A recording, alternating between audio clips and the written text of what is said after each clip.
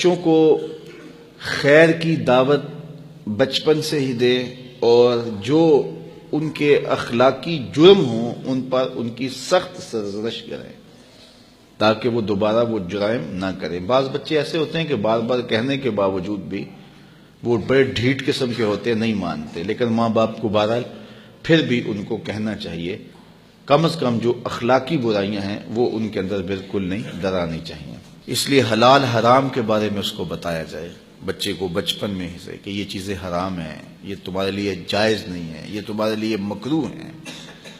حضرت حسن رضی اللہ تعالی عنہ تشریف لائے مسجد نبوی میں تو وہاں کھجوروں کا ڈھیر پڑا ہوا تھا، وہ کھجوریں صدقے کی تھی۔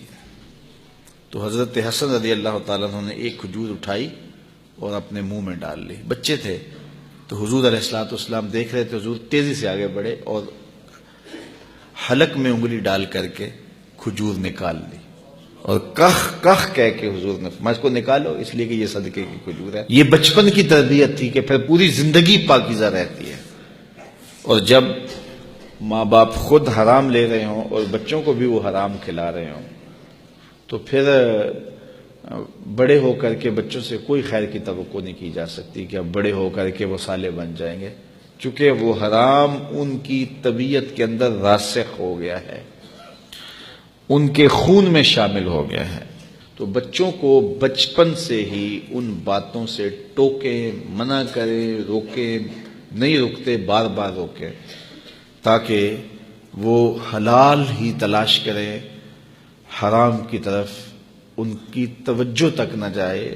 ان کا کوئی یہ نہیں ہے کہ وہ دل ڈولتا رہے یار یہ لے لیں، نہیں، بلکہ وہ دو ٹوک ہے کہ حرام ہے، بات ختم۔ تو یہ راسخ ان کے اندر ہو جانا چاہیے۔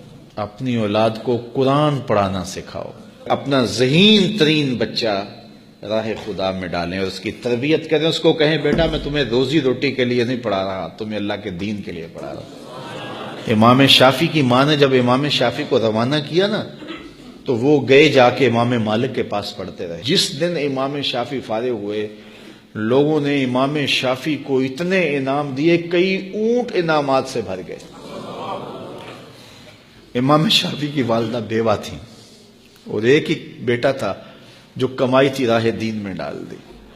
تو جس دن امام شافعی کئی سالوں کے بعد واپس آئے تو آپ کی خالہ اور آپ کی ماں امام شافعی کو لینے کے لیے مکہ سے باہر، شہر سے باہر آئیں تو ایک قطار اونٹوں کی نظر آئی۔ تو امام شافعی کی ماں نے دیکھا کہ یہ اونٹوں کی قطار کیسی ہے، تو کسی نے کہا یہ تیرا بیٹا آ رہا ہے اور اس کو اتنا مال و انعام دیا گیا ہے کہ وہ مالا مال ہو گیا ہے۔ امام شافعی کہتے ہیں جب میں آیا تو میری ماں ایک ریت کے ٹیلے پہ بیٹھی تھی،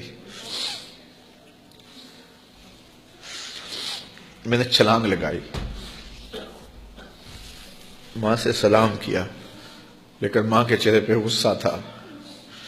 میں نے کہا امی میں حضور کی حدیثیں پڑھ کے آیا ہوں اور کئی سالوں کے بعد آیا ہوں، تو آپ ناراض لگتی ہیں۔ تو کہا کہ میں نے تجھے رسول کی حدیثیں جمع کرنے کے لیے بھیجا تھا، مال جمع کرنے کے لیے تو نہیں بھیجا تھا۔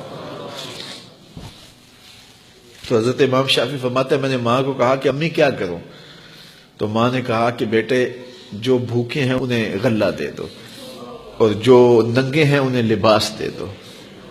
تو امام شافعی نے صرف چند درہم جیب میں رکھے، باقی وہاں کھڑے کھڑے سب راہ خدا میں خیرات کر دیا۔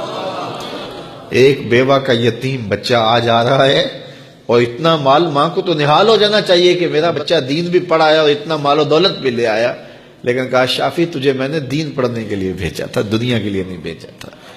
تو جب مائیں ایسی ہوں تو پھر بیٹے امام شافعی ہی بنتے ہیں۔ تو اپنی اولاد کے سینے کے اندر دنیا کی جو رغبت پیدا ہو جاتی ہے اس کو نکالنے کی کوشش کریں۔ یہ دائیں بائیں پھیلے ہوئے محل، کوٹھیاں، دنیا داریاں، یہ چمک دمک دیکھتی ہیں نا اولادیں۔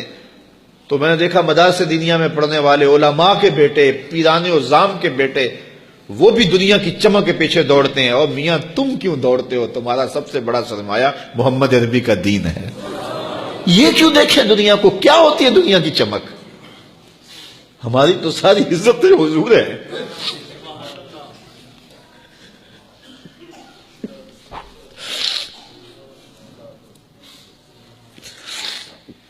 ہم جس میں بس رہے ہیں وہ دنیا تم ہی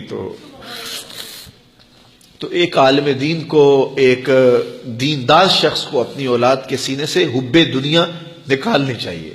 تو امام شافعی کی ماں نے کہا بیٹے اس کو خیرات کرو، میں پھر تمہارے اوپر راضی ہوں گے.